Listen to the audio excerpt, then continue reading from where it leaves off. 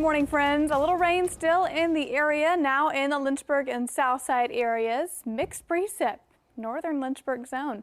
Be sure and plan an extra time for the morning commute in these zones this morning. Right now, Roanoke, NRV, and Highlands, you are all clear.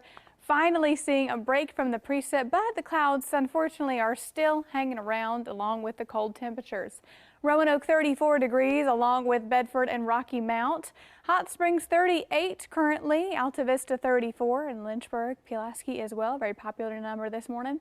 All of this to say it is cool and dreary. It's the type of day where you're going to want to bundle up. Don't forget the umbrella, not for now necessarily, but later on in the evening hours you will need that. Rainfall potential. The total accumulations we're looking with this next weather maker, this is through Thursday at 12 a.m., could see a tenth to a quarter of an inch in portions of our viewing area. But notice this, with the next weather maker on deck, we're not done yet with the rain. Unfortunately, it's an active week, but these showers will be more so along this line here. This is exactly where a warm front is, so it will travel along that boundary. We are still getting in on a little bit of that action, though. Let's talk futurecast for these next couple of systems. We're starting off today very clear, rather cloudy and dry by about 11 a.m. All of us are clearing out and still we're very dry, but we keep that dense cloud cover around, and we're not done with the rain yet. Watch this next system that the showers start moving through.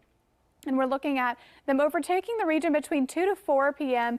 And we're still seeing the Lynchburg and Southside zone getting in a little bit of that rainfall action as this makes a little bit further of that northern turn.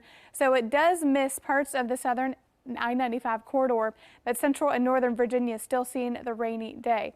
Now, this line of showers, this is where that warm front is, and you can see it just travels along, and we're still dealing with those heavier bands of rainfall consistently because of where that boundary is located.